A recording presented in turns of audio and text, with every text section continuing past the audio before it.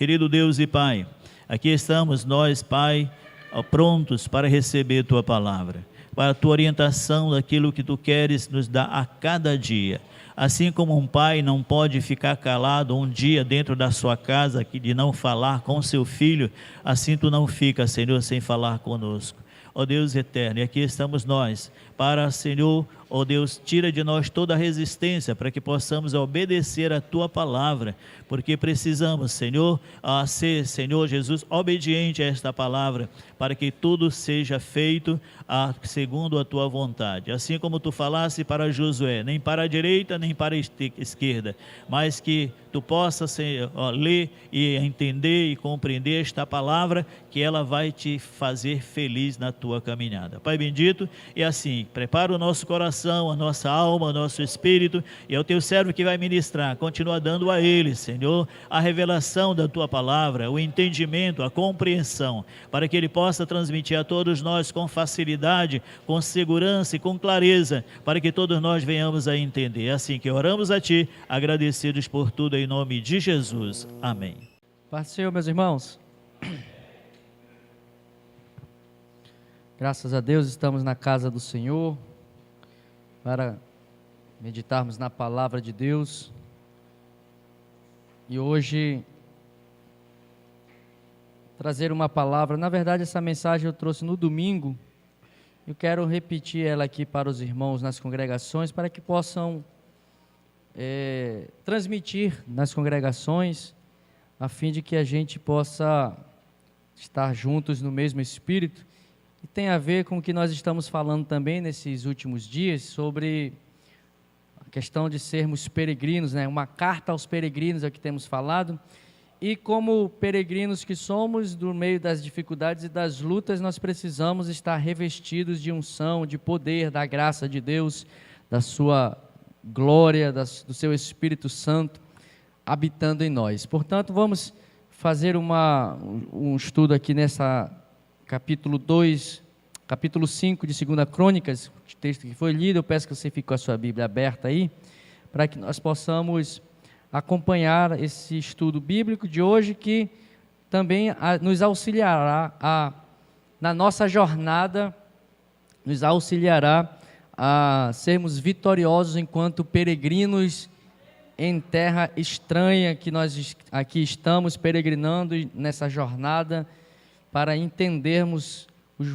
um dos propósitos pelos quais Deus nos colocou aqui, né? Irmãos, o livro de Crônicas, o livro das Crônicas, 1ª e 2ª Crônicas, basicamente relata a história dos reis, juntamente com o livro dos reis também. Eles fazem como se fosse, assim como tem os evangelhos sinóticos, né? Mateus, Marcos e Lucas, que contam as mesmas coisas, só que sob óticas diferentes. A narrativa do livro de Crônicas e a narrativa do livro dos reis, ambos os livros, 1º e 2ª Reis e 1ª e 2ª Crônicas, narram e contam a história da monarquia em Israel. É o período que logo sucede os juízes que foram estabelecidos, que se encerra com Samuel, e a partir daí, então, inicia o período da monarquia, do reinado em Israel, que começa com Saul, e depois vários reis vão se sucedendo no trono, numa sequência de obediência ao Senhor e desobediência ao Senhor, né? Vai se alternando essa dinâmica. E aqui nós temos no livro das Crônicas, no capítulo 5, no 2º livro das Crônicas, um episódio marcante neste período da monarquia, nesse período dos reis em Israel, que se dá justamente no reinado do 3º rei, né, que é Salomão. É o 3º rei, temos Saul, Davi, Salomão.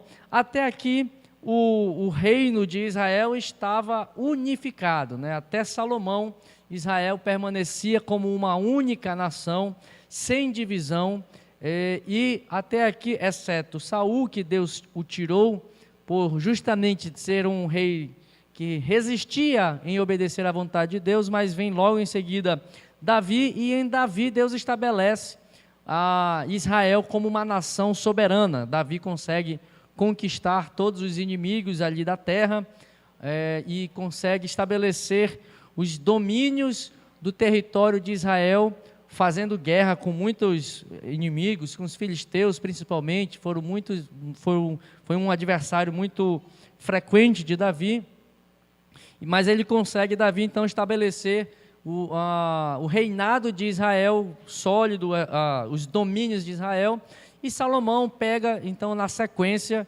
e ele já com esse reino estabilizado, com o reino conquistado, Davi, depois de muitas batalhas e muitas guerras, até por isso ele não foi autorizado por Deus que Davi construísse o templo, por conta de Davi ser um homem de guerra. Então nós chegamos aqui no tempo de Salomão, em que 7 anos de reinado de Salomão, ele consegue finalizar a construção do templo.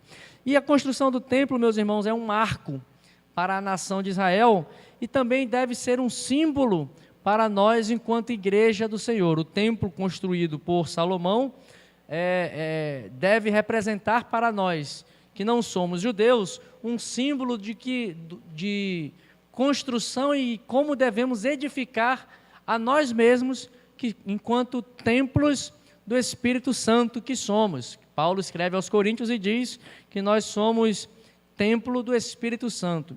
E nós vamos, nesse estudo de hoje, justamente refletir e analisar que mesmo enquanto peregrinos, enquanto passageiros aqui nesta terra, viajantes nesta terra, ainda assim Deus decide habitar e morar, fazer-se representar e fazer-se manifestar na terra por meio do seu povo, por meio dos seus filhos que são chamados pelo seu nome. Por isso que nesse mesmo livro de Crônicas, no segundo livro de Crônicas, no capítulo 7, mais adiante aqui, quando Deus responde à oração de Salomão, que está consagrando o templo, Deus diz que ouviu a oração de Salomão, respondeu a oração de Salomão, e tudo que Salomão pediu, Deus iria atender, e Deus ainda diz, lá no capítulo 7, verso 14, que é um dos textos mais conhecidos, que Deus diz: se o meu povo, que se chama pelo meu nome, se humilhar e orar e se arrepender dos seus maus caminhos, então eu ouvirei dos céus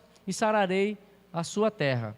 Então essa resposta de Deus vai nos mostrar justamente o propósito de Deus desde a criação, qual era o propósito de Deus? Era estar habitando no meio do seu povo, era estar junto com o seu povo, era estar no meio do seu povo, ou em outras palavras, era estar na verdade morando dentro do seu povo, habitando no coração e no espírito e na alma do seu povo. Nós vamos ver que o povo de Israel, enquanto peregrinava no jardim, melhor dizendo, no deserto, no jardim não dá para peregrinar, no jardim é bom, né? Seria muito legal, mas peregrinando no deserto, enquanto Israel estava peregrinando no deserto, Deus deu e essa peregrinação do deserto é um símbolo da nossa peregrinação aqui neste mundo, que nós podemos considerá-lo como o nosso deserto, até chegarmos à nossa Canaã celestial.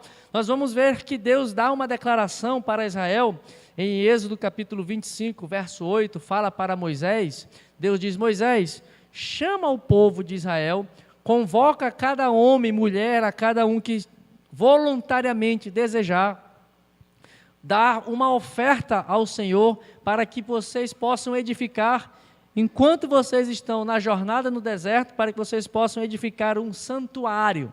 E Deus fala no versículo 8 do capítulo 25 de Êxodo: e me farão, recolherão as ofertas, e vocês me farão um santuário, e eu habitarei no meio deles. Ou seja, Deus está falando com Moisés: Moisés, eu vou habitar no meio deles, do povo.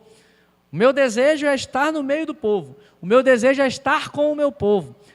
Mais adiante, quando o povo de Deus peca, e Deus diz: esse povo é um povo de dura cerviz, desobediente, relutante em cumprir a minha vontade, Deus diz para Moisés, lá no capítulo 33 de Êxodo: Moisés, eu vou acabar com esse povo e vou suscitar um novo povo a partir de ti.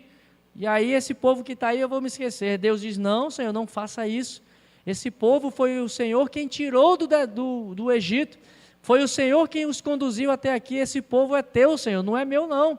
Então não faça uma coisa dessa. E Deus disse, tá bom, Moisés, eu não vou destruir esse povo, pela tua oração eu vou continuar, mas eu não vou andar mais no meio do povo. Eu vou colocar um anjo para ir à frente dele. Moisés intercede novamente pelo povo e diz, não, Senhor, que dirão as nações se tu não andares conosco? Não é o fato de tu estares no meio do teu povo que é o diferencial para saber que o Senhor é Deus em Israel? Então não, Senhor, não manda teu anjo não, vá o Senhor mesmo à nossa frente. E Deus reconsidera e diz, tá bom, Moisés, eu vou com vocês. Então veja, o propósito de Deus, mesmo quando Israel peca, mesmo quando Israel sai dos caminhos e desobedece ao Senhor, Deus, entre aspas, né, Deus ameaçou sair do meio do povo. Pela intercessão de Moisés, Deus decidiu, tá bom, não vou sair do meio do povo, eu vou ficar com vocês, eu vou estar no meio de vocês, eu vou habitar no meio deles. Irmãos, então, é essa compreensão que nós temos que ter, que Deus deseja habitar no meio do seu povo. O salmista, no Salmo 22, 3, ele diz que o Senhor é santo e ele habita no meio dos louvores de Israel, no meio do louvor do seu povo. Deus habita no meio da igreja, no meio do seu povo. Então, se Deus deseja habitar no meio do seu povo, nós temos que ter uma compreensão de como nós estamos enquanto povo de Deus, e se nós estamos fazendo jus, estamos atraindo a presença de Deus, para que Ele esteja no meio de nós, ou se nós estamos repelindo a presença de Deus, como o povo no deserto em determinado momento fez, fazendo com que Deus desista de estar no meio do povo. Fazendo com que Deus desistisse. Se não fosse a intercessão de Moisés, Deus sairia e o povo andaria sozinho, sem a presença de Deus. Então, nós temos que ter essa compreensão da nossa jornada e da nossa peregrinação, termos este cuidado e esta consciência de que Deus habita no meio do seu povo. E se o seu povo, que se chama pelo nome dele, se humilhar e orar, ele vai fazer as coisas descerem dos céus e as coisas acontecerem. Então, ou nós atraímos a presença de Deus para o nosso meio, ou nós, com as nossas atitudes, vamos afastar a presença de Deus do nosso meio. E aí, graças a Deus, pastor Manuel, que nós temos um intercessor junto ao Pai, Jesus Cristo justo, que assim como Moisés intercedeu, nós temos Jesus a interceder por nós e dizer, Pai, tem misericórdia, eles não sabem o que fazem. Como ele falou na cruz, quem sabe Jesus não faz muitas vezes essa súplica diante de Deus quando nós ficamos batendo cabeça entre nós na nossa jornada aqui, fazendo coisas que não agradam ao Senhor. Pois bem, irmãos, nós vamos ver também uma outra passagem importante para nós compreendermos o estudo de hoje, que se encontra lá em Atos capítulo 7, verso 58, em que Estevão está ali fazendo um testemunho do Evangelho diante ali dos judeus, de aqueles homens que estão perseguindo e começam a perseguir a igreja. Estevão então declara lá para aqueles homens que o Senhor estabeleceu a construção de um tabernáculo, o Senhor estabeleceu a construção de um local, mas contudo Deus não habita em templos, em edificações feitas pelas mãos de homens. Estevão declara isso. E diante disso, ele revela ali, ele faz uma citação do profeta que diz que o Senhor habita, na verdade, num alto e sublime trono, num trono que está nos céus. Os céus é o lugar do trono de Deus. E Estevão declara lá que a terra é o estrado dos pés do Senhor. E aí ele conclui e diz, portanto, Deus não habita em templos feitos por mãos de homens. Então, meus irmãos, nós vamos ver aqui que, na verdade, se Deus não habita, como é que nós vamos conjugar essas duas afirmações? Deus diz em Êxodo 25:8 que habitará no meio do seu povo, mas Estevão diz em Atos 7:58 que Deus não habita em lugar feito por mãos de homens. Então, que lugar é a habitação do Senhor? Como é que o Senhor habita no meio do seu povo? Como é que o Senhor se faz manifestar no meio do seu povo? Como é que o Senhor se apresenta habitando no meio e entre o seu povo? Nós vamos ver, meus irmãos, que a revelação moradia, dessa habitação de Deus no meio do seu povo, ela é gradativa e gradualmente vem sendo revelada ao longo da história do povo de Israel e, consequentemente, também no Novo Testamento, ela vem sendo revelada a partir do Novo Testamento com Jesus. Nós vamos ver aqui esse texto de Crônicas, vai nos mostrar justamente o que nós precisamos fazer para que a presença de Deus possa estar no meio do seu povo, possa estar entre nós. E eu tenho certeza que todos nós queremos estar aonde Deus está se manifestando. Eu tenho certeza que todos nós gostaríamos e desejamos ver a glória de Deus. Todos nós desejamos ver e experimentar da graça divina, do poder divino, das maravilhas de Deus. Nós queremos certamente experimentar daquilo que Deus tem para fazer no meio do seu povo, porque Deus, se Ele habita no meio do seu povo, onde o Senhor está, diz a palavra de Deus, há fartura de alegria. Diz até os pregadores aí, jargão de pregador, né? Até a tristeza salta de alegria onde Deus está, né? Até onde Deus se faz presente. Irmãos, então, nós temos que entender o que nós precisamos fazer. Você é povo de Deus, te pergunto? Você faz parte do povo de Deus? Você é uma pessoa cuja Deus faz-se morar dentro de você? Você é um templo do Senhor, onde Deus tem prazer em habitar em você? Se assim somos, irmãos, precisamos então atrair a presença de Deus aonde nós estivermos, onde nós andarmos. Se convencionou reunirmos em prédios, em templos, em locais, onde nós nos ajuntamos para cultuarmos ao Senhor. No entanto, a gente,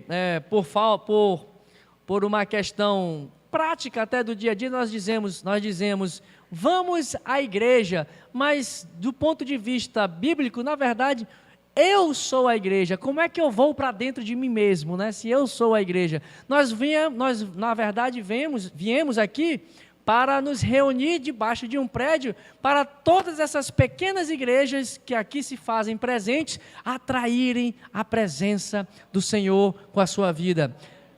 O grande problema é que nós vamos à igreja, vamos ao templo, nós vamos ao prédio, nós vamos à congregação e imaginamos chegar lá, esperar, será que o pastor vai estar ungido hoje? Será que a mensagem hoje vai ser uma mensagem abençoada? Será que os cantores do templo vão cantar no Espírito? Será que eles vão desafinar? Será que vão tocar uma nota dissonante? Será que a bateria vai atravessar o ritmo? A gente vem para a igreja esperando a liturgia sendo feita, como se a liturgia fosse o culto a ser feito, enquanto na verdade a liturgia nos ajuda a cultuar ao Senhor, porque Paulo diz que tem que ter ordem e tem que ter decência. Também não dá para chegar aqui, e aí quem é que vai dar uma palavra? Quem é que vai dar um testemunho? Não dá, tem que ter uma ordem e decência. Mas nós temos que vir à igreja, virmos à nossa reunião, conscientes de que eu sou parte integrante e ativa na responsabilidade de trazer a presença de Deus para o lugar onde eu estou. Esta que é a consciência que nós devemos ter enquanto servos e povo de Deus. Afinal de contas, a declaração de Deus é: e eu habitarei no meio deles. O Senhor habita no meio do seu povo. O Senhor habita entre nós. Mas onde há pecado, aí o Senhor se afasta.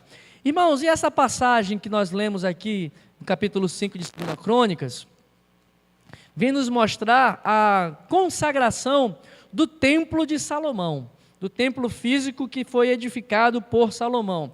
Nós não podemos esquecer que antes do templo de Salomão, existia o que era utilizado na peregrinação no deserto, existia o tabernáculo de Moisés, que era temporário, era uma tenda, que foi no capítulo 25 de Êxodo, foi aonde Deus estabeleceu essa tenda, e Deus, no capítulo 25 de Êxodo, chama Moisés e mostra para Moisés no reino espiritual, mostra para Moisés lá nos céus um tabernáculo celeste.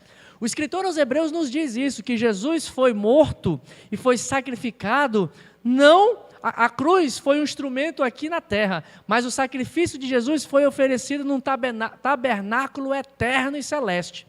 O sangue de Jesus foi vertido aqui na terra, mas espiritualmente ele foi sacrificado num tabernáculo celestial, que foi esse tabernáculo que Moisés visualizou e viu e copiou esse tabernáculo. Deus deu para Moisés uma visão: Moisés, tu vais fazer um tabernáculo igual a esse que tu estás vendo. Imagina, Moisés pegou uma pedra, lá não tinha papel, não tinha lápis, não tinha AutoCAD, não tinha CorelDRAW, não tinha nada. Moisés devia ter uma visão fotográfica, mas o certo é que ele pegou a visão que ele teve de Deus, desenhou toda a estrutura e estabeleceu lá, e Deus deu para ele tudo. Vai fazer uma tenda, vai ter um pátio, no pátio você vai colocar um altar de sacrifício, um altar de bronze, e esse tabernáculo vai ter ainda mais 2 divisões, vai ter um lugar santo e vai ter um lugar santíssimo, e dentro do lugar santíssimo você vai colocar a Arca da Aliança, e dentro da Arca da Aliança você colocará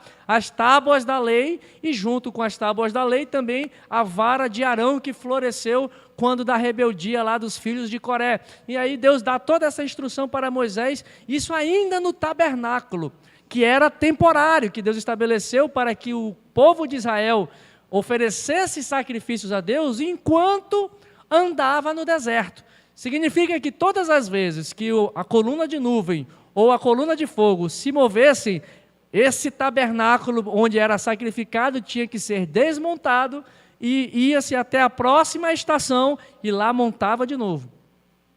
Essa mesma estrutura, esse mesmo layout, esse mesmo desenho que Deus deu a Moisés, o templo que Salomão construiu, agora já um templo de alvenaria, já definitivo, tinha o mesmo design, a mesma arquitetura, os mesmos materiais, também tinha ouro, também tinha madeira de acácia, também tinha prata, tinha bronze e tudo mais. E Salomão, só que agora o templo já fixo, estabelecido em Jerusalém, já não dava mais para se levar para um lado e nem para o outro. Era um templo fixo que Deus estabeleceu ali em Jerusalém. É interessante, irmãos, que no deserto ainda tínhamos o tabernáculo, mas também tínhamos uma outra tenda, que era chamada a tenda da revelação ou a tenda do encontro, em que todo o povo de Deus, no acampamento, que quisesse buscar uma resposta de Deus, buscar uma orientação, tivesse alguma coisa que precisasse de uma consulta ao Senhor, qualquer um. No tabernáculo, onde era oferecido sacrifício, somente Arão, que era o sumo sacerdote, e os demais sacerdotes levitas, é que ofereciam sacrifícios e entravam até o Santo dos Santos. No caso, Arão entrava até o Santo dos Santos. Porém, na tenda do encontro, qualquer um do povo ia lá para se encontrar com o Senhor. Era nessa tenda do encontro que Moisés, que não era sacerdote, era lá que Moisés falava com Deus face a face. Quando Moisés entrava na tenda, via uma coluna de nuvem sobre a tenda, e todo o povo de Israel no acampamento via aquela nuvem e sabia que Deus estava falando com Moisés face a face. Mas não era um privilégio só de Moisés não, que era o líder daquele povo. Todos do povo que quisessem, tinham a oportunidade de ir lá na tenda do encontro para ali falar com o Senhor. Pois bem, quando aqui Salomão constrói esse templo, todo esse simbolismo que tinha no tabernáculo, onde eram oferecidos sacrifícios, e na tenda do encontro, onde qualquer um do povo podia falar com Deus, é reunido no templo de Salomão. O versículo 4 do capítulo 5 vai nos dizer: trouxeram a arca da aliança e a tenda da revelação para junto do templo de Salomão, simbolizando que o templo de Salomão era o lugar principal agora, em que o povo iria, nesse lugar, o povo iria buscar respostas de Deus, ia orar ao Senhor buscando orientação divina, e ali também seria o mesmo lugar para se oferecer sacrifícios a Deus, para se oferecer a qualquer sacrifício, seja por gratidão, seja sacrifício pelos pecados, seria agora tudo no mesmo lugar. Isso, meus irmãos, precisamos compreender que é uma revelação gradual de Deus. Ele começa revelando que para falar com Deus no deserto, você tinha que ir a um lugar específico. Para sacrificar era um outro lugar. Agora, aqui em Salomão, ele diz, não precisa mais ir para a tenda do encontro para falar comigo, e nem ir para uma outra tenda, que no caso é o tabernáculo, para oferecer sacrifício. Façam tudo num único lugar. E aqui é mais uma revelação de Deus. Deus está trazendo agora para um único ponto, o centro da sua manifestação. Pois quando o povo oferece sacrifício ao Senhor, Ele desce e se manifesta com graça, perdoando o povo. Mas quando o povo vai ao templo oferecer sacrifícios de gratidão, agradecendo ao Senhor ou buscando ao Senhor um voto, devolvendo ao Senhor um voto, ali o povo está buscando ao Senhor não mais em busca de perdão, mas buscando a presença e a graça do Senhor pela sua misericórdia, por tudo que Ele tem feito e pelas suas benevolências para com todo o povo. Então agora, em um único lugar, você sacrifica a Deus em prol dos seus pecados, mas também você fala com Deus para que o povo possa ouvir a voz de Deus falando consigo. É um único ponto, em um único prédio. Mas a habitação do Senhor é no meio do povo, não é em um prédio. Segundo em Atos capítulo 7, lá Estevão nos fala, Deus não habita num prédio, Deus não habita neste lugar apenas lá no templo de Salomão, pois se assim fosse, hoje não tem mais templo, então Deus não habita mais na terra. É o que Paulo então nessa revelação gradual e progressiva da palavra de Deus, Paulo vai nos ensinar que na verdade o propósito de Deus é que o local da sua habitação nunca foi de ficar restrito a algum ambiente físico. Ele, na verdade, deseja habitar com o seu povo. Melhor dizendo, ele deseja habitar no seu povo. Deus deseja habitar dentro do seu povo. Deus deseja habitar no nosso coração. Essa é uma revelação que às vezes a gente ouve muitas vezes falar, já ouvimos falar muitas vezes, que nós somos, na verdade, o templo do Espírito Santo. Mas nós precisamos levar essa declaração com a gravidade e a seriedade que isso implica. Pois se eu é quem sou a habitação, e se o desejo de Deus sempre foi em habitar dentro de nós, como está a minha vida então? Estamos conservando e cultivando a presença de Deus constantemente em nossas vidas? Estamos habitualmente recebendo a visitação de Deus? Olha, irmão, como é preciosa essa revelação que Paulo nos dá e o propósito de Deus, porque hoje você pode estar no seu carro, no seu ônibus, você pode estar na sua rede, você pode estar no seu quarto, você pode estar em qualquer lugar. Você ali, onde você estiver, a presença de Deus pode ser real e ser manifesta na nossa vida. Quando nós estamos num banheiro ou em algum lugar, se nós tivermos essa consciência de que a glória de Deus, na verdade, habita em nós, meus irmãos, então nós vamos ter uma seriedade em relação ao nosso proceder, a forma como nós vamos caminhar na nossa jornada enquanto aqui estivermos. Sabe, o que nos falta muitas vezes é ter a consciência de que Deus não está em lugar nenhum a não ser no coração do homem. Olha que coisa maravilhosa, o Senhor que habita num lugar alto e inacessível. O profeta Isaías fala isso no capítulo 58. Deus habita num alto e sublime trono, contudo Ele também faz-se habitar no contrito de coração. Olha como é contraditório, um Deus grandioso habitando dentro de nós, habitando dentro de você, morando e habitando dentro das nossas vidas. E o salmista diz: Senhor, olha para mim segundo as tuas misericórdias, não olhe para mim segundo a minha natureza, porque tu sabes, Senhor, que eu sou pó, mas é com esse pó, neste pó, é que Deus deseja morar e habitar. É no nosso coração que Ele deseja. Meus irmãos, e aqui a revelação importante da declaração de Estevão: Deus não habita em templos feitos por mãos de homem, porque Ele habita em templos feitos pelas mãos dEle.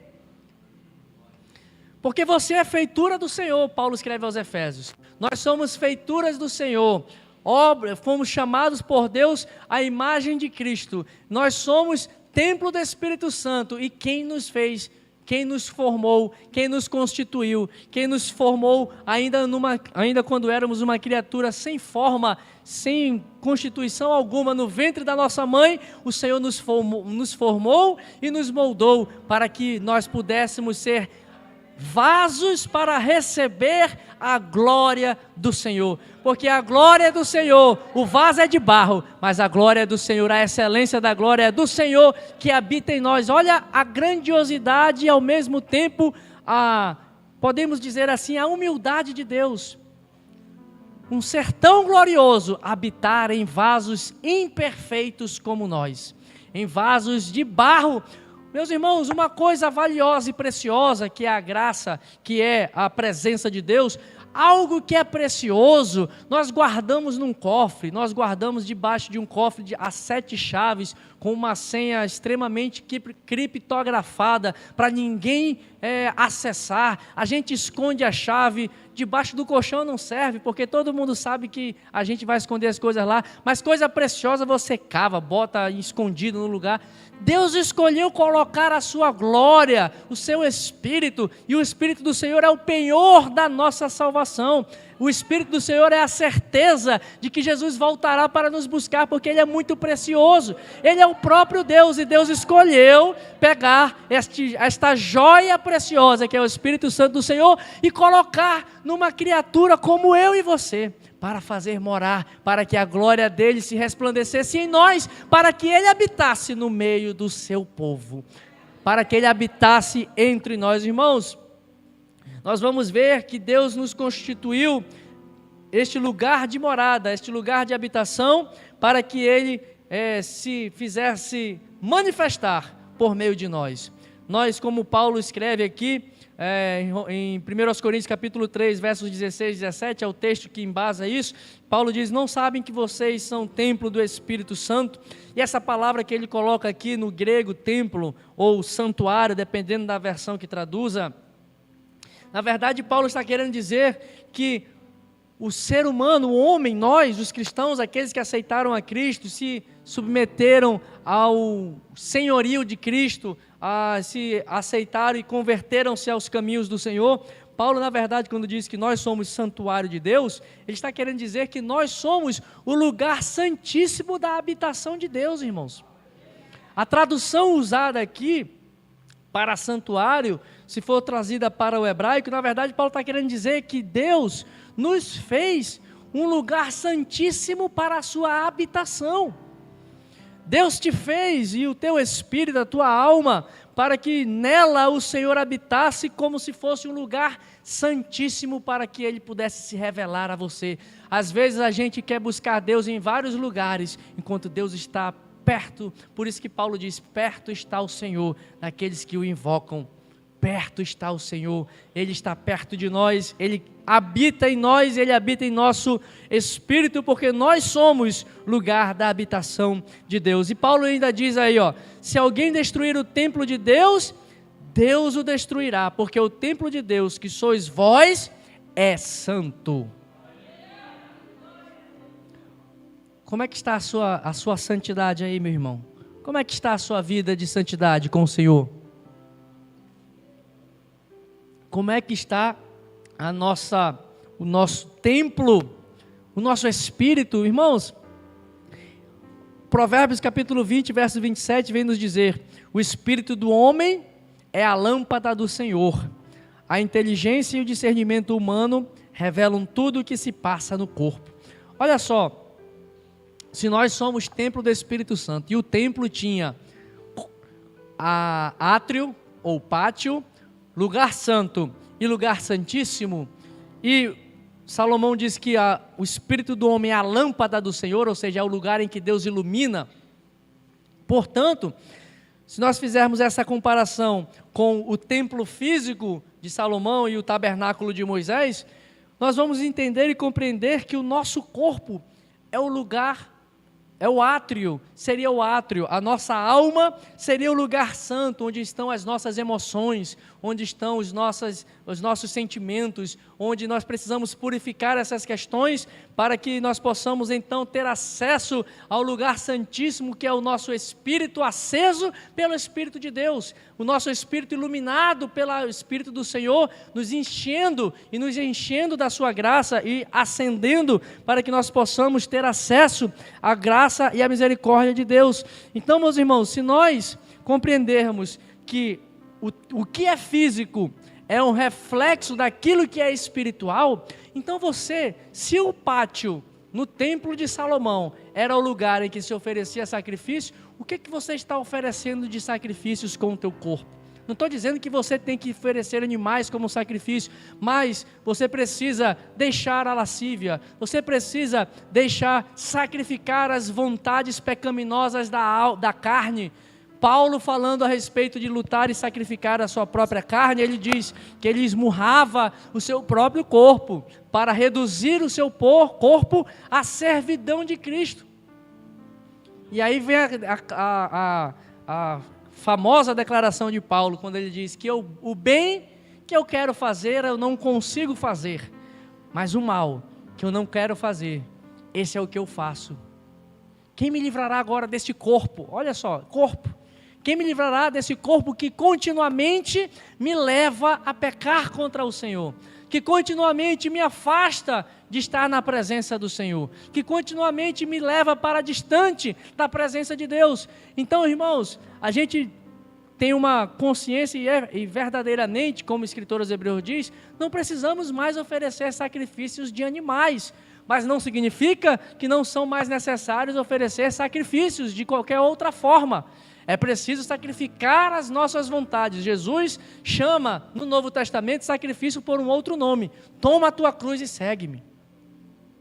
Isso é sacrificar. O lugar do sacrifício no Novo Testamento a partir de Jesus chama-se cruz. Tem um hino do Diante do Trono que diz assim: ainda existe uma cruz a ser carregada. Jesus carregou a cruz para perdoar os nossos pecados, mas a cruz da tua carne, aquela tua raiva, aquela tua ira, aquela tua falta de perdão, aquela tua indignação, enfim, todas essas questões que são manifestas no nosso corpo e que são expressões do nosso intelecto, vão prejudicar a manifestação e a habitação de Deus em nosso meio, irmãos. Como é que Deus vai vir e habitar em nosso meio se eu estou com uma vida pecaminosa? Pode ter até no meio do povo alguns que estão em retidão, mas o Senhor jamais poderá se manifestar plenamente enquanto nós não tivermos essa consciência que é necessário oferecermos sacrifícios a Deus, oferecermos ao Senhor sacrifícios da nossa própria vida, olhando para a cruz de Cristo, olhando para o Calvário da cruz de Cristo e olhando para Ele, para o seu sangue vertido, trazendo para nós a justiça que está nele, para que nós possamos nos vestir da justiça que está em Cristo e assim possamos então ter a habitação e a manifestação de Deus no nosso meio. Irmãos, esta revelação da palavra gradativa que hoje chegou a nós, para que tenhamos esta compreensão, é o que nós precisamos viver no nosso dia a dia. Nós vamos ver aqui nesse livro de Crônicas, no ato de consagração do templo, e aqui é simbólico, porque Salomão está consagrando o templo. E ao consagrar o templo físico, versículo 6 diz que os sacerdotes sacrificavam ovelhas e bois, que eram tantas ovelhas e tantos bois que não se podia contar. Irmão, todo dia a gente tem que olhar: Jesus, eu pequei, Jesus, eu tenho que sacrificar essa minha vontade. Senhor, o que você já entregou aos pés do Senhor? Você já pediu perdão hoje por algum pecado? Você já, oh Jesus, alguém está dirigindo, quem andou hoje no trânsito aí, quem dirigindo alguma coisa, deve ter pego alguma trancada, você teve uma vontade de abençoar aquele camarada, né? Você já pediu perdão naquela hora ali? Oh Jesus, eu fiquei com raiva desse, mas me perdoa. Sacrificar, ou seja, sacrifício de ovelhas e bois incontáveis, porque incontáveis vezes nós vamos pecar. Portanto, incontáveis vezes precisamos sacrificar este pecado que cometemos, para que a manifestação da graça de Deus venha sobre nós. A gente pensa que a glória de Deus vai vir assim, basta chorar, basta se emocionar, basta tocar um louvor aí mais emotivo, um louvor em dó menor. As músicas em nota menor normalmente apelam mais assim para a alma, né? Quem é músico está entendendo o que eu estou falando. Ela é mais assim melódica, mais assim melancólica, ela chama para uma consciência. Eu chorei, hoje eu chorei no culto, então hoje Deus veio e habitou comigo. Será que não é lágrima de crocodilo ou de remorso, irmão? Olha só, porque Isaías diz o seguinte: o povo ia para a presença do Senhor, Isaías 55 ou 56, o povo oferecia sacrifício, estava lá nos sábados, nas luas novas, oferecendo festa, e o povo fazia isso achando que estava agradando a Deus, e o Senhor vira por meio do profeta e diz: Isaías, basta com esses sacrifícios aí, meu amigo, porque esse povo aí está até chorando no culto, está até se emocionando com os louvores, mas eles estão fazendo isso daí, só da boca para fora, porque esse povo está me buscando, não com o seu coração. Deus falou, o povo estava fazendo tudo que era certo, oferecendo o sacrifício certinho, louvando a Deus, fazendo todo o ritual, as festas, mas Deus diz: eu estou cheio, já estou sem paciência, porque esse povo me busca só de boca para fora, e o coração deles está muito longe de mim. Sabe, irmãos, quando a gente entende o significado de sacrifício para a vida cristã, nós vamos entender o que é ter uma vida com a presença de Deus conosco dia após dia. Nós vamos então experimentar a glória de Deus dia após dia. Pastor, eu estou tão desanimado, é porque você não está sacrificando muita coisa não, irmão. Pastor, a vida com Deus assim estou tão cansado, tem que sacrificar mais um pouco, está faltando sacrifício na tua vida. Porque quando nós sacrificamos a nossa carne, meus irmãos, a gente começa a ser apresentado à glória de Deus. Quando nós nos apresentamos diante de Jesus, dizemos: Senhor, eu sou pó, eu não sou nada, olha só como é que eu estou aqui numa situação complicada, Senhor, eu não sei porque eu continuo fazendo essas coisas que eu faço, mas eu estou aqui arrependido de novo, Senhor, olha eu aqui de novo, Senhor, mas tem misericórdia de mim, Senhor, Tu sabes que eu sou fraco, mas eu estou tentando acertar, Senhor, mas tem gente que nem isso faz. Tem gente que fica no erro e nem procura se corrigir. Não, lá na frente Deus vai dar um jeito. É o filho pródigo, né, que vai lá, espera chegar ao fundo do poço a comer comida de porco, e aí ele caiu em si, levantou-se, vou voltar para a casa do meu pai. Mas tem muito crente que é como o filho mais velho dessa parábola aí, que tá na casa do pai, mas não se vê como filho. O filho mais velho não se via como filho. Pai, eu estou aqui o tempo todo contigo, tu não ofereceste um animalzinho aqui para mim, uma ovelha. Meu filho, tu está aqui comigo, do meu lado. Você está andando comigo aqui, o que é meu é teu. Mas eu não sou teu filho não, parece que eu não sou teu filho não. Tem gente que é assim, né? Está na casa do pai, está frequentando, mas não se vê como filho. Sabe por quê? Está faltando o sacrifício da vida, de alguma coisa. Está faltando sacrificar um desejo, está faltando sacrificar o tempo. Pastor, é porque eu não tenho tempo para orar. Tá bom, Deus vai te colocar numa cama de hospital para ver se tu arruma tempo para orar. Pastor, eu não consigo jejuar, muito... Então tá, tu vai perder o teu emprego para te aprender a passar fome, para te saber o que é para jejuar. Senhor, não faça isso não, tem misericórdia, Senhor. Mas o que eu estou mostrando para os irmãos é, a gente não consegue sacrificar poucas coisas e queremos esperar grandes coisas de Deus. Não é que Deus, Ele vai fazer porque eu estou jejuando. Não, mas é a intenção do coração, irmãos, é que Deus observa. É a intenção, é o desejo de nós termos a proximidade com Ele. Veja aqui que Salomão está consagrando um templo físico e você está consagrando o teu templo, que é a habitação do Espírito Santo do Senhor. Que nível está a tua consagração com Deus? Consagração só de campanha em campanha? A gente não pode viver só de campanha não, meu irmão. Você não é militar não, que está no quartel fazendo campanha, né? Eles fazem uma campanha de uma incursão militar, chama-se campanha. Não é isso, pastor? Isso que já serviu?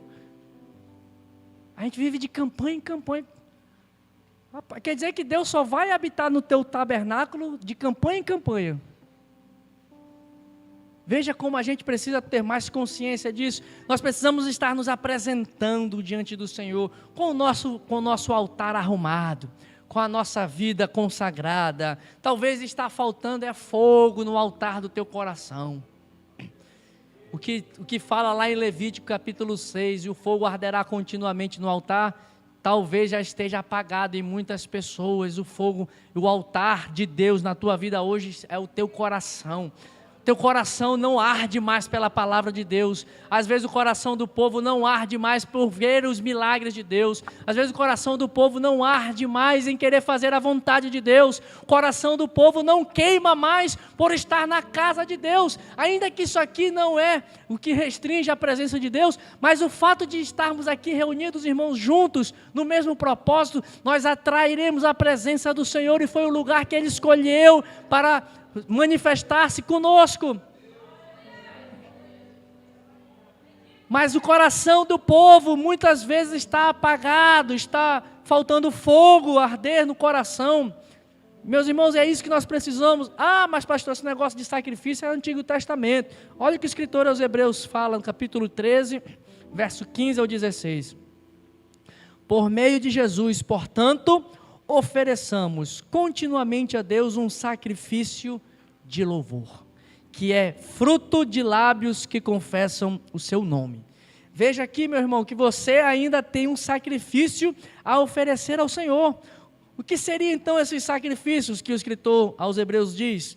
Sacrifícios de louvor. Seriam, o próprio texto nos esclarece aqui, que sacrifícios de louvor é fruto de lábios de pessoas que confessam ao Senhor, confessam o nome do Senhor e que confessam a Deus, consagrando o Senhor nas suas vidas. Quantas vezes nós deixamos de testemunhar do Senhor com as nossas atitudes? Isso é não confessar o nome de Deus, isso é não sacrificar. Oferecer sacrifícios de louvor é dar testemunho da nossa fé em Cristo Jesus. É nos comportar e falar das maravilhas de Deus, se preciso for com palavras. É isso que ele quer dizer, não é que você tem que falar, só falar o nome de Deus já é um sacrifício de louvor. A ideia do escritor aos Hebreus aqui é, sacrifício de louvor de lábios que confessam, é que da onde que procedem os caminhos da vida, segundo diz o profeta Jeremias? Coração do homem é que procedem as saídas da vida.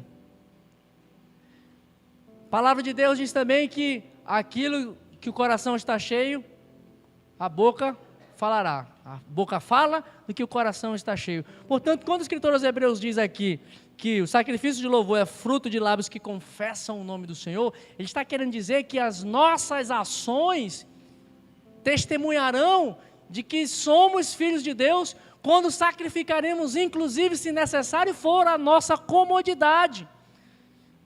Se for preciso pegar a conta por amor a Deus, pegue a conta. Isso é sacrifício de louvor, de lábios que confessam o nome do Senhor.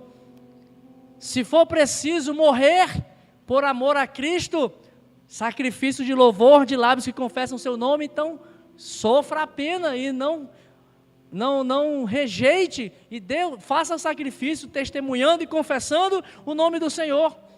Lá em Apocalipse vai justamente nos falar isso, que quem não falar, quem rejeitar o nome de Deus, lá na época da besta, vai ser poupado. E quem confessar o nome de Deus vai ser morto no período da grande tribulação, não é isso? Mas será que a gente já não pode estar experimentando em algum momento, né, esse cenário em nossas vidas? Irmãos, e aqui, pegando o exemplo ainda da consagração do templo, aplicando para as nossas vidas, nós já temos compreendido que nós somos o lugar da habitação de Deus. Nós somos o verdadeiro templo do Senhor. Nós precisamos fazer sacrifícios e oferecer sacrifícios, assim como Salomão e os sacerdotes ofereceram sacrifícios para a consagração das nossas vidas.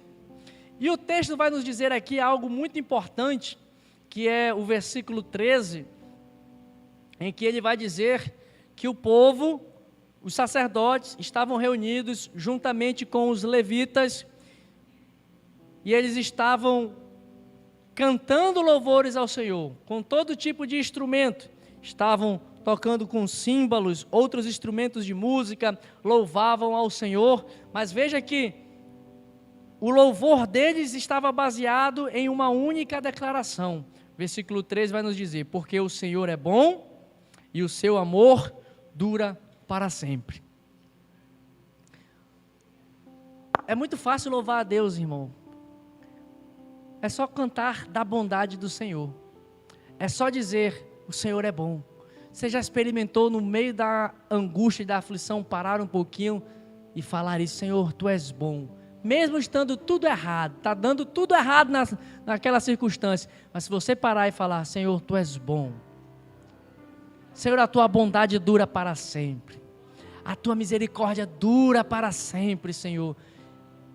Irmão, é só você, não sei o que falar, como é que eu vou orar, o que eu vou falar? Senhor, dobre o teu joelho no teu quarto, só fala isso: Senhor, Tu és bom, Tua misericórdia dura para sempre. Senhor, Tu és bom, a Tua misericórdia dura para sempre. Você vai ver, meu irmão, que o Senhor vai começar a se manifestar com você, o Senhor vai começar a te encher, o Senhor vai começar a te alegrar novamente, o Senhor vai começar a te trazer esperança, o Senhor vai começar a te trazer consolo, conforto, só com essa declaração: Senhor, Tu és bom e a Tua misericórdia dura para sempre.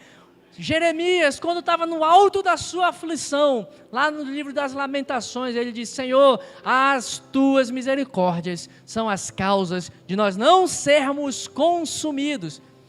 Jeremias estava chorando, lamentando o cenário de desolação do povo, e o que o fez animar-se? Ele diz: eu quero trazer à memória aquilo que me traz esperança. E aí ele se lembra que as misericórdias do Senhor lhe traz esperança. E nós devemos nos lembrar que são as misericórdias do Senhor que nos fazem ficar de pé. É pela graça, misericórdia e bondade do Senhor que nós estamos de pé e nós podemos receber da sua graça, da sua misericórdia, do seu amor e da sua visitação. Irmão, se prepare para receber a presença do Senhor todos os dias. Tenha uma vida constantemente no altar preparada, ou melhor, acho que essa expressão até não é tão adequada. Não é ter a vida no altar, seja a sua vida um altar constante de oferecimento de sacrifícios a Deus. Ofereça você, dia após dia, com a tua vida, sacrifícios a Deus, rejeitando os prazeres da carne, rejeitando os impulsos humanos e naturais, lutando com a tua carne. Não se deixe levar pelas concupiscências da carne, os desejos humanos.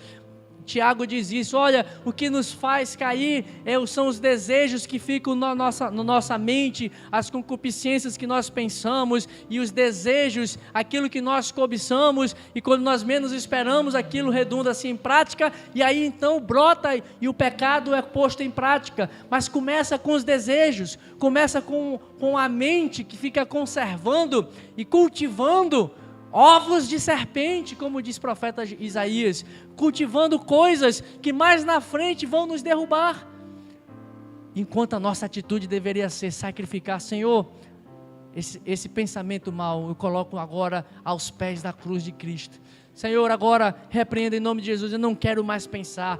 Paulo, escrevendo aos Filipenses, ele nos dá essa compreensão: olha, tudo que é bom, tudo que é justo, tudo que é louvável, tudo que seja de boa fama, tudo que seja para edificar, seja isso que ocupe o vosso pensamento. Sabe, irmãos, então é isso que nós precisamos. Veja que esses sacerdotes estavam cantando aqui, só isso, porque Ele é bom e o seu amor dura para sempre. Porque Deus é bom e o seu amor dura para sempre. E o resultado disso, então, uma nuvem encheu o templo do Senhor, de modo que os sacerdotes não conseguiam permanecer em pé para ministrar por causa da nuvem, porque a glória do Senhor encheu o templo de Deus. Isso aqui, irmão, é um símbolo físico daquilo que Deus quer fazer em nós. A partir do momento que você começar a ter uma prática de vida como esse capítulo 5 nos mostra, sacrificando a Deus tua carne, sacrificando a Deus os desejos pecaminosos da carne, oferecendo a Deus louvor, declarando e exaltando e louvando a Deus, porque o Senhor é bom, porque a sua misericórdia dura para sempre, então o teu templo será cheio da graça divina, a tua vida será repleta da presença de Deus, então você será abundante com a manifestação de Deus, então você receberá da plenitude de Deus que habitará na sua vida. Eu sei que é isso que você quer, eu sei que é isso que a igreja precisa, eu sei que é isso que nós queremos, mas é necessário passar por essa jornada de preparação para que Deus possa nos encher, para que Deus possa nos fazer a sua habitação em meio ao seu povo. O Senhor quer habitar em nós, o Senhor quer habitar em você, o Senhor quer habitar no meio do seu povo. E para terminar, lá no livro de Atos, capítulo 2, a descida do Espírito Santo vai nos mostrar justamente isso. Aqueles discípulos estavam lá fazendo o quê? Orando. Jesus subiu aos céus, eles ficaram no cenáculo orando, consagrando, sacrificando ao Senhor, oferecendo sacrifícios a Deus. Então, de uma hora para outra aqui, nessa passagem de Crônicas aqui, nós vamos ver esse movimento aqui, uma glória de Deus, uma nuvem, uma presença de Deus que invade o templo de Salomão, e todos caem no chão e não conseguem ficar de pé. Este mesmo cenário, lá em Atos capítulo 2 aparece, em que quando eles estão dentro do cenáculo, oferecendo louvores ao Senhor, em oração a Deus, oferecendo sacrifícios de adoração ao Senhor, obedecendo a voz de Deus, estão debaixo da palavra de Jesus, obedecendo ao que Jesus determinou: ficai lá, até que do alto vós sejais revestidos de poder. Então eles estão lá, irmãos, e aí o mesmo cenário vem, uma nuvem entra, um vento impetuoso invade a casa, um vento impetuoso enche o cenáculo, e naquele mesmo momento, aquele vento que entra e sacode toda a casa, vem um fogo de Deus que desce sobre a cabeça de cada um daqueles discípulos. Eram 120 pessoas reunidas, 120 pequenos templos de habitação do Senhor, e os 120 templos foram cheios da graça e do poder de Deus naquela noite. É isso que Deus quer fazer conosco, irmãos. É isso que Deus quer fazer com você. Ele quer te encher, porque você é templo dele, você é a habitação do Senhor, você é a moradia dele. Ele quer habitar em você, e ele quer fazer descer sobre ti, hoje, amanhã, enquanto vida aqui tivermos. Ele quer que nós sejamos cheios da graça e do poder e do Espírito Santo, e línguas de fogo, diz o texto lá de Atos, línguas de fogo caíram sobre a cabeça de cada um deles. Tinha uma língua de fogo para cada um, tinha uma unção para cada um, tinha uma unção do Espírito Santo para cada um dos 120, e tem uma unção de Deus para cada um de vocês, tem uma unção de Deus para cada um de nós, tem uma unção de Deus para cada um do seu povo, porque Deus habita no meio do seu povo, porque Ele é bom e a sua misericórdia dura para todo sempre. O Senhor é bom e a sua misericórdia dura para sempre. Fique de pé, meu irmão, vamos orar. Vamos orar para que Deus possa aplicar essa palavra no teu coração. E nessa noite, corrija a sua vida na presença do Senhor. Se deixe transformar. E deixa Deus descer com fogo sobre a tua vida. Deixa Deus te tocar. Deixa Deus te transformar. Não fiz o convite não, mas se alguém mais quiser vir aqui na frente, pode vir corrigir a sua vida, para que receba essa visitação, irmão. Deus quer nos visitar. Está no horário ali, mas eu quero estender um pouquinho mais, me permita um pouquinho mais. Eu sei que a missionária vai falar, mas Deus quer operar na tua vida, irmão. Deus está nos levando e quer nos levar a novos níveis de conhecimento dEle. Ele quer se revelar a nós. Ele quer te encher. Faz quanto tempo que você não transborda? Irmão, Deus não nos chamou para ficar com o vaso meio cheio, não. Ele nos chamou para que nós possamos transbordar da sua presença. Faz quanto tempo que você não é usado transbordantemente pelo Espírito Santo do Senhor? Vem aqui à frente rapidamente, o tempo já está esgotado. Se você assim desejar, uma oração especial, para que você seja revestido de poder, para que você seja tocado, para que você seja cheio, para que você saia nesta noite aqui, transbordando da manifestação do Espírito Santo do Senhor, para que você seja nesta noite visitado pela presença do Espírito Santo do Senhor. Venha rapidamente, para que possamos orar, para que Deus possa te encher assim como Ele encheu o templo de Salomão com a sua glória. Ele quer te encher com a glória dEle, Ele quer te transformar, Ele quer te tocar. Vamos orar, estenda a sua mão aqui para esses irmãos e vamos orar ao Senhor. Pai, em nome de Jesus, Senhor, nós queremos clamar a Ti, Senhor. Vem sobre nós nesta noite, Pai. Vem enchendo agora os Teus filhos, a Tua igreja. Venha nos tocando agora com a Tua graça, Senhor. Nós compreendemos e entendemos que estamos aqui nesta terra peregrinando, Senhor. Aqui é o nosso lugar temporário. Estamos de passagem, Senhor. Não é o nosso destino final. O Senhor também está nos chamando para um lugar celestial. O Senhor também está nos chamando para um lugar definitivo, onde haverá verdadeiramente descanso. Senhor, mas enquanto aqui estivermos, Pai, nós queremos ser cheios de Ti, Senhor. Queremos ser cheios do Teu poder. Nós não queremos peregrinar aqui, andar aqui, Senhor, de forma qualquer, Senhor, de qualquer maneira, mas nós queremos pedir a Tua graça, queremos pedir a Tua presença, Senhor. Entendemos e a Tua palavra nos revela que nós somos templo e lugar da Tua habitação, templo do Espírito Santo. Portanto, Pai, nesta noite agora, vai enchendo a Tua igreja, vai revestindo o Teu povo, Senhor, com Teu Espírito Santo, com a mesma maneira que o Senhor desceu lá naquele cenáculo, não para encher o cenáculo. Lá no cenáculo foi diferente, Senhor. Tu não desceste ali e para encher um cenáculo, Tu desceste ali com o Teu Espírito Santo para encher os Teus filhos que ali estavam reunidos em oração. Portanto, Senhor, nesta noite, vai derramando o Teu Espírito Santo, da Tua graça, do Teu poder sobre todo o Teu povo, sobre toda a Tua igreja. Senhor, vai nos enchendo. Agora, Senhor, tirando a frieza, acende novamente, Senhor, o altar do nosso coração. Vai enchendo agora, Senhor. Vai enchendo os Teus filhos, vai enchendo o Teu povo. Vem habitar em nosso meio, Senhor, porque o Senhor habita no meio do Seu povo, habita no meio da Tua igreja, habita na Tua igreja, Senhor. E nós somos a Tua igreja, nós somos o Teu povo, nós somos rebanho, nós somos ovelha do Teu pasto, Senhor.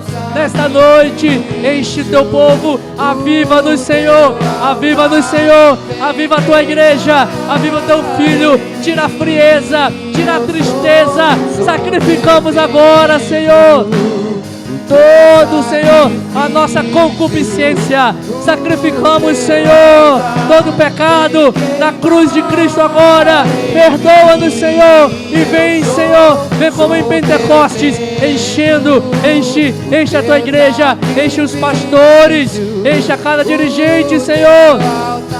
para que sejamos verdadeiro templo, verdadeiro lugar da tua morada, Senhor. Vem com teu fogo, Senhor, sobre tua igreja, em nome de Jesus. Toca agora, Jesus. Toca agora, Jesus. Toca agora, Jesus. Toca agora, Jesus. Enchendo agora, Jesus. Enchendo, Jesus. Enchendo agora. Enchendo, Senhor. Enchendo de alegria. Enchendo o teu Espírito Santo. Enchendo com teu poder, Senhor. Vem queimar, Senhor. Vem queimar o nosso altar. Queima, Senhor. Queima, Senhor. Oh, aleluia. Vem queimar, Senhor. Caia fogo dos céus, Queima esse altar. Mostra pra esse povo que há Deus em Israel. Caia fogo do céu. Queima esse altar. Mostra pra esse povo que há Deus em Israel. Oh, Jesus, te pedimos agora, Senhor. Reveste o teu povo, Jesus. Reveste a tua igreja, Senhor, com autoridade e com poder, Senhor. Enche teu filho, enche a tua filha, Senhor, agora, Senhor. Levanta agora, Senhor. Levanta o caído, Senhor. Enche agora, assim como o Senhor encheu este templo de Salomão, assim como o Senhor encheu, Senhor, os discípulos lá no cenáculo. Enche, Senhor, enche, Senhor, enche, enche em nome de Jesus, Senhor. Vai batizando.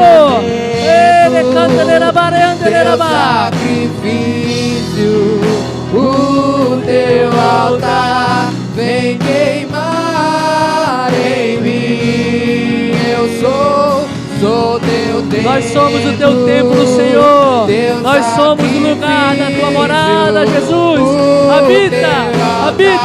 Habita no meio do teu povo. Habita entre nós, Jesus. Aleluia. Caia fogo do céu, queima esse altar. Mostra pra esse povo que há Deus em Israel. Caia fogo do céu, queima esse altar. Mostra pra esse povo que há Deus em Israel.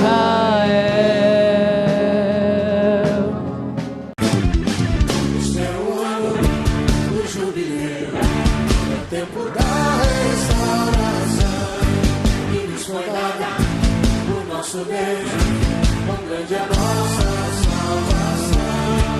Este é o ano do jubileu, é o tempo da restauração, e nos foi dada o nosso Deus, quão grande é a nossa salvação. A condenação foi rasgada.